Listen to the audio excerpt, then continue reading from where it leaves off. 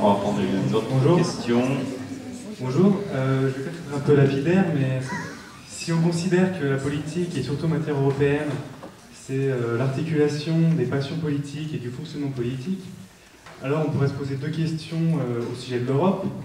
La première, pourquoi au fond, après tout, l'Europe était désirable? Ce qui relèverait des passions politiques. Et à quoi sert l'Europe concrètement? Ce qui relèverait du fonctionnement politique. Et à mon sens, ces deux questions sont inséparables. Donc ça, c'est une remarque générale. Ce qui m'amène à une question concernant la politique étrangère, ou plutôt l'absence de politique étrangère de l'Europe. Je trouve assez cocasse qu'au moment où on a été amené à voter pour un traité constitutionnel, une constitution, enfin, bref, quelque chose d'assez difficile à saisir, préalablement, 2 ans auparavant, on était incapable de se mettre d'accord sur une position cohérente pour une politique étrangère, notamment concernant la question irakienne. On a été amené à voter pour un ministre des Affaires étrangères européen, alors que 2 ans auparavant, on a été incapable de se mettre d'accord sur une position digne de ce nom, et surtout concernant la manière de se positionner par rapport aux Américains. Ça a été la même chose quelques années auparavant. Quelle est votre question, s'il vous plaît? Ma question, c'est à quoi bon faire l'Europe si, à l'échelle des nations européennes, à l'échelle des alliances entre nations, on est incapable de se mettre d'accord sur une position qui, en matière de politique étrangère, qui nous permettrait aussi peut-être d'avoir une image un peu meilleure, et politique étrangère qui relève à la fois des passions politiques, parce qu'on est quand même en face de questions relativement graves. Et donc je pense qu'on aura du mal à rendre l'Europe désirable dans ces conditions-là. Vous avez raison. Mais enfin, ça n'empêche pas d'essayer. Et il faut essayer quand même entre Européens, on y a tous intérêt, de surmonter ces divergences. Je pense que dans l'affaire d'Irak en plus, ça a été extrêmement mal géré. Voilà. Je pense qu'on a eu raison, nous Français d'ailleurs, nous avons approuvé la position du président Chirac de dire non à cette guerre. Il y avait un consensus d'ailleurs profond sur la politique étrangère qui est en train d'être détruit. Il y avait un consensus sur la politique étrangère en France, permettez cette digression, qui était issu de ce que j'appelle le gaulo-mitterrandisme, c'est-à-dire l'autonomie par rapport aux États-Unis. Dans l'Alliance, bien entendu, mais aussi l'autonomie. Quand on a fait l'opération Artemis au Congo, on l'a fait en dehors de l'Alliance Atlantique, sans l'aide de l'Alliance Atlantique. Et ça a très bien marché. C'est une de ces opérations militaires, c'est la première, j'espère qu'il y en aura d'autres. Donc, on ne résume pas l'Europe de la défense non plus au pilier européen de l'Alliance. Je pense qu'il faut faire un pilier européen de l'Alliance, mais l'Europe de la défense ne se résume pas aux opérations dans le cadre de l'Alliance Atlantique.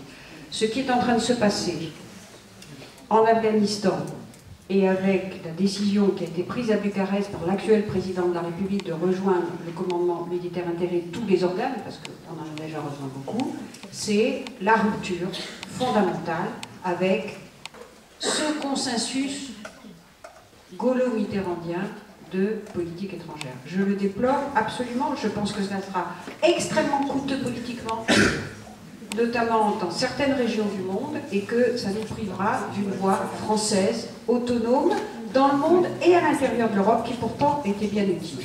Alors maintenant, les différences de politique étrangère, elles ont toujours été là, et elles sont là. Et on ne les surmontera pas seulement avec un traité, vous avez parfaitement raison. Mais je pense que les mécanismes du traité peuvent aider à ce qu'on surmonte mieux ces différences. Et je pense que quand le haut représentant, il ne va pas d'un coup de baguette magique mettre d'accord les pays qui sont contre la guerre d'Irak, non, sauf qu'il peut, avec le rôle qui sera le sien, la permanence, le fait qu'il sera désigné pour 5 ans, il peut quand même favoriser des rapprochements, des consensus, s'il a la personnalité suffisante. Donc vous voyez, les textes ne résolvent pas tout, mais ça peut aider. J'ajoute que quand on dit à quoi bon faire ça, il n'y a jamais de solution de remplacement. On critique les insuffisances de l'Europe, elles sont réelles, mais ensuite, qu'est-ce qu'on met à la place?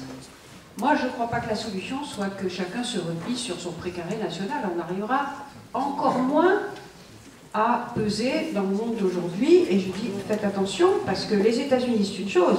Alors la Chine et les pays émergents, ça n'est encore une autre. Et je suis désolée, il va falloir peut-être encore rester 5 minutes, mais je devrais ensuite vous quitter. Je crois que Nicolas Dupont-Aignan peut rester davantage. Donc il aura le mérite de la conclusion. Pas d'en abuser. Donc une dernière question pour Madame Guigou.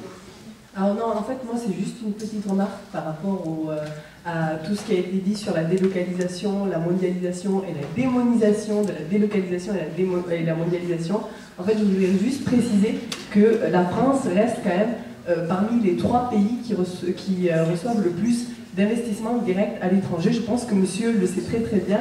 Et que nous sommes beaucoup plus avantagés dans le système mondial et européen, je tiens à le préciser, et que ce n'est pas l'élargissement de l'Europe qui contribue aujourd'hui à ce qu'on soit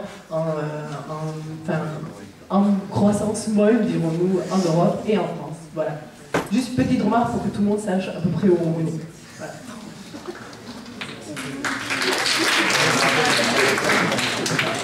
Si vous permettrez, je terminerai alors en vous remerciant de m'avoir invité, en vous disant que j'apprécie toujours beaucoup ces échanges, même s'ils sont toujours très brefs, et en vous remerciant parce que c'est vrai que au départ j'avais un petit peu d'inquiétude quand j'ai entendu Chirac, Giscard, avec Nicolas Dupont-Aignan, accompagné de ses amis par ailleurs. Là, je me disais, je vais me sentir un petit peu seule, mais finalement, je constate que ça s'est très bien passé. Alors, je terminerai sur cette question économique et cette question des délocalisations. Je crois que le vrai sujet, c'est comment est-ce que nous, Européens, nous pouvons nous en sortir dans la compétition mondiale et dans ce qui est devenu la mondialisation, complètement dominée par le capitalisme financier.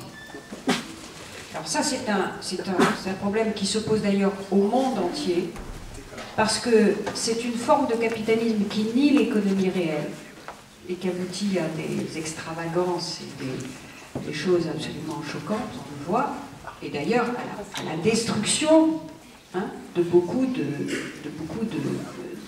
d'institutions et de mécanismes en lien avec la crise financière. Donc ça, c'est un problème qui se pose à l'ensemble du monde. Il y a un problème spécifique aux Européens. Comment est-ce qu'on peut préserver notre modèle économique et social, notre modèle de développement dans ce monde-là?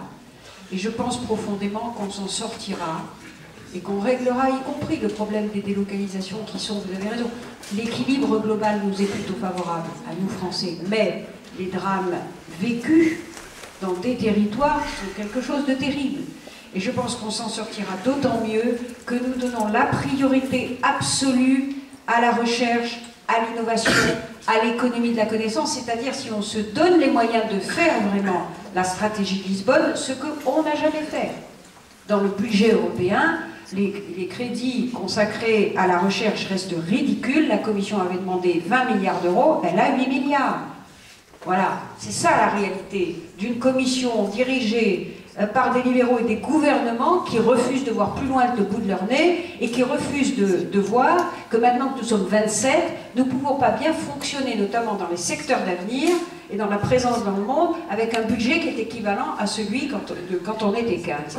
Donc ça, c'est un problème politique majeur qu'on n'aborde pas suffisamment, et je pense qu'on devrait être beaucoup plus offensif pour, vous avez cité l'Europe de l'université, vous avez parfaitement raison, mais sur toutes ces coopérations, ces grands organismes de recherche qui nous permettraient de mieux affronter la concurrence mondiale qui, encore une fois, fait beaucoup de mal dans les territoires. Donc moi, je suis pour une Europe beaucoup plus offensive, une Europe des projets concrets, et parce que ça ne suffit pas, l'Europe des projets, une Europe qui fasse sens pour les Européens, c'est-à-dire qui disent, voilà, ce que je peux apporter, ce que l'Europe peut nous apporter dans le monde d'aujourd'hui. Je crois vraiment que c'est nous rejetons en dehors de nous-mêmes que nous arriverons à trouver des solutions.